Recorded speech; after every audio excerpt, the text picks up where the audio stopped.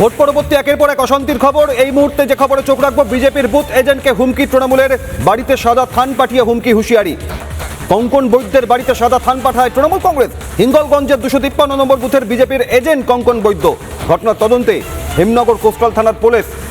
হিঙ্গলগঞ্জের 253 নম্বর বুথের বিজেপির booth agent কঙ্কন বৈদ্যের বাড়িতে সাদা থান পাঠানোর অভিযোগ তৃণমূলের বিরুদ্ধে। বিজেপির বুথ এজেন্টকে হুমকি, বাড়িতে সাদা থান পাঠিয়ে হুমকি, হুঁশিয়ারি। হিঙ্গলগঞ্জের 253 নম্বর বুথে বিজেপির এজেন্ট ছিলেন কঙ্কন বৈদ্য। ঘটনার তদন্তে হেমনগর কোস্টাল থানার পুলিশ। ভোট পরবর্তী হিংসা, অশান্তি, হুমকি, শাসানি লাগাতার। এই ঘটনায় স্থানীয় বিজেপি নেতার কি বক্তব্য দেখুন। পোলিং এজেন্ট হিসেবে কঙ্কন বৈদ্য মহাশয় তিনি এজেন্ট ছিলেন। তাকে ভয় বা সন্ত্রাস সৃষ্টি করার জন্য এবং তার প্রাণনাশের হুমকি দেওয়ার জন্য তৃণমূলের হারমাত বাহিনীরা এই কাজটা করেছে। আমি প্রশাসনের কাছে এর সুবিচার চাই। আমি এর থেকে দলের কাছে বার্তা দিতে চাই যে আপনারা সতর্ক থাকুন। হারমাত বাহিনীরা যখন যে কোনো মুহূর্তে যে কোনো দুর্ঘটনা এরা ঘটাতে পারে।